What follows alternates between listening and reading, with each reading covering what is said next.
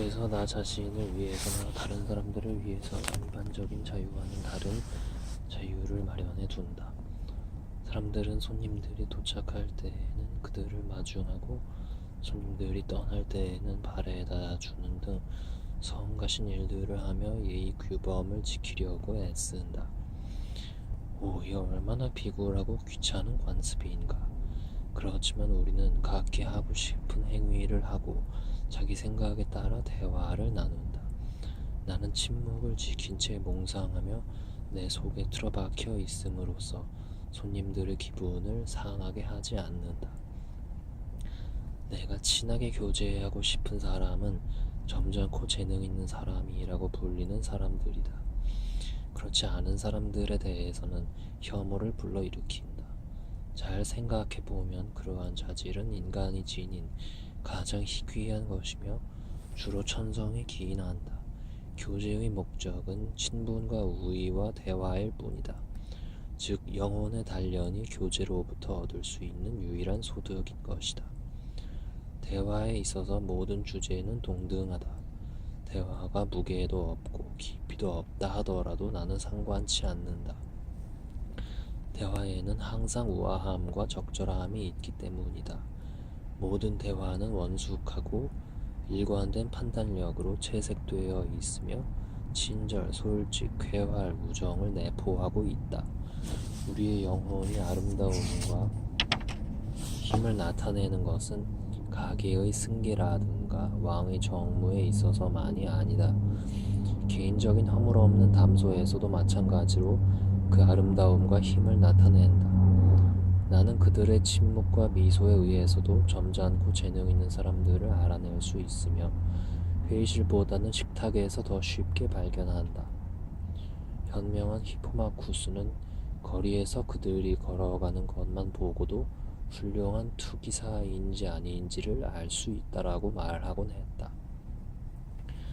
만일 대화에 자기의 학식을 활용하고자 한다면 그렇게 해도 상관없을 것이다.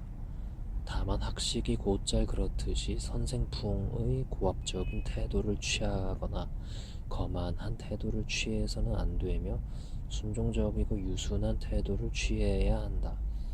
우리가 대화를 나누는 것은 오직 시간을 보내기 위해서이다. 그런데 그 시간이 가르침을 받고 설교를 듣는 시간으로 되어버린다면 차라리 학식의 옥좌에 가서 학식을 구하는 편이 나을 것이다.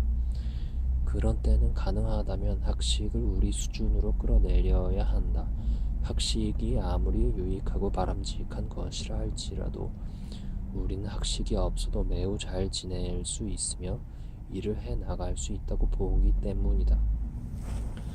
사람들과의 교제에 익숙한 훌륭한 영혼을 지닌 사람은 혼자서도 충분히 즐길 수 있다. 예술은 그런 영혼들이 생산해낸 것들을 기록하고 기입한 것에 불과하다. 아름답고 덕 있는 여자들과의 교제 또한 나를 즐겁게 한다. 우리도 경험이 풍부한 감시관을 가지고 있기 때문이다. 기케로. 앞의 교제에서만큼 우리의 영혼이 많은 즐거움을 느끼지 못하지만 육체적 감각이 크게 관여하여 앞의 교제와 비슷한 정도의 즐거움을 가져다 준다. 그렇지만 이 교제에는 약간 경계해야 하며 특히 나처럼 체력이 좋은 사람은 더욱 그러하다. 젊은 시절에는 이러한 교제로 나 자신을 불태웠으며 시인들이 말하듯 자제력도 판단력도 없이 여자들을 따라다니는 사람들에게 생기게 마련인 열광적인 감정도 맛보았다. 그 후 이 채찍이 나에게 교훈이 된 것은 사실이다. 카파레우스의 암초를 빠져나온 아르고스의 함대에는 어느 누구도 결코 에우보이아 해역으로 들어가지 않고 다른 쪽으로 뱃머리를 돌려 안전하게 항해한다. 오비디우스. 생각을 교제에 고착시켜 무분별하고 광폭한 격정에 사로잡히는 것은 미친 짓이다. 반면에 배우들처럼 사랑도 의지도 없이 나이와 관습으로 정해진 전형적인 역할을 연출하고 거기에 우리 자신은 전혀 불어넣지 않고 말만을 넣는 것은 안전을 도모하는 길이기는 하지만 겁쟁이에게나 어울리는 짓이다.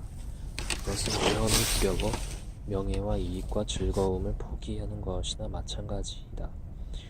이러한 교제를 하는 사람은 고귀한 영혼을 기쁘게 하거나 만족시킬 수 있는 어떠한 성과도 기대할 수 없음은 분명하다.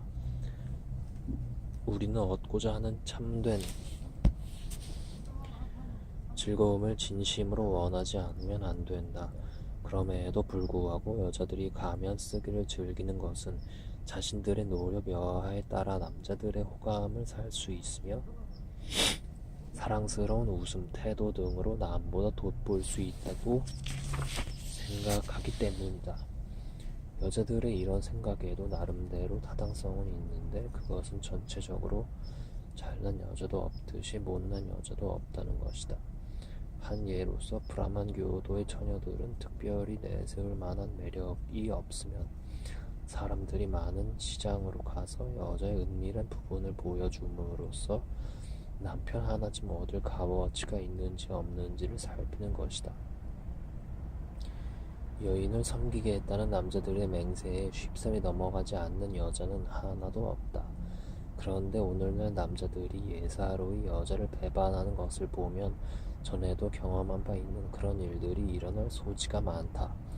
즉 남자들을 피하기 위해 여자들끼리 단결하여 어울리거나 또는 남자들이 하듯이 그녀들도 연극을 꾸미며 정열도 관심도 사랑도 없는 교제를 즐기게 되는 것이다. 자신의 내면에서 생겨나건 혹은 타인으로 인해 생겨나건 모든 열정에 무감각하며 타키투스, 플라톤의 작품 속에서 리시아스가 확신했던 것처럼 남자가 여자를 사랑하는 마음이 적으면 적을수록 그만큼 더 유리하게 그녀들이 남자들에게 열중할 수 있다고 생각하는 것이다. 그런 모습은 희극적으로 보이게 될 것이며 사람들은 연극 배우들이 느끼는 것만큼 혹은 그들보다 더 많은 재미를 느낄 수 있을 것이다. 나는 어린애 없는 모성애를 생각할 수 없으며 큐피드 없는 비너스를 생각할 수 없다. 이들의 본질은 서로 합해짐으로써만 완전해진다. 따라서 이와 같은 속임수에 속는 사람은 속임수를 쓴 여성들 자신이다.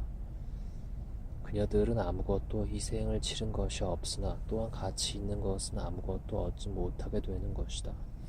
비너스를 여신으로 만든 자신들은 그녀의 주된 아름다움이 무형적이며 정신적인 것에 있다고 보았는데 이런 사람들이 추구하는 아름다움이란 인간적이지도 못할 뿐더러 동물적인 것도 못 된다. 아마 짐승일지라도 그렇게 속되고 둔중한 것은 원치 않을 것이다. 짐승들이 서로의 몸을 접촉하기도 전에 그에 대한 상상과 욕정으로 미리 흥분되는 것을 가끔 본다. 또한 무리 가운데 사랑할 이성의 대상을 선별하여 오랫동안 친밀한 사랑을 나누기도 한다. 늙어서 쇠약해진 것들조차도 여전히 욕정에 몸을 떨며 전율한다. 이 짐승들이 일을 치룰 때에도 희망과 열정으로 가득 차 있음을 보며 일을 다 치른 후에도 그 감미로운 추억에 취하여 의기양양해져 으쓱해하며 지치고 피곤하면서도 축제와 승리의 노래를 부르는 것을 보게 된다. 자연스러운 욕구에 따라 행동하는 짐승들인지라 인간들처럼 복잡한 심리의 움직임으로 상대를 피곤하게 하지 않아도 되며 또한 이들의 사랑은 상스럽고 탐욕스럽게 허기를 채우는 음식과도 다른 모습이다. 나는 자신을 있는 그대로 보아주기를 바라는 사람이므로 젊었을 적의 과오에 대해서도 마찬가지이다. 건강이 염려되기도 했지만 공공연하게 몸을 파는 여자들을 경멸했던 나는 경미했으나 2차례나 매독에 걸렸었다. 그녀들과 접촉하기를 즐기지 않았다. 나는 이러한 쾌감을 좀 더 가치 있는 것으로 바꾸고 싶었으므로 거심 끝에 일련의 욕구와 명예로 그것을 치장하였다. 그래서 연애를 할 때는 티베리우스 황제의 방식대로 여자의 정숙함과 품위를 무엇보다 중시했으며 독재자, 집정관, 감찰관 등이 아니면 상대를 하지 않던 플로라가 애인들의 지위로 인해 쾌감을 느꼈듯이 그렇게 즐기고 싶었다. 물론 이때에도 진주와 비단은 자귀와 종자 수만큼이나 보탬이 된다.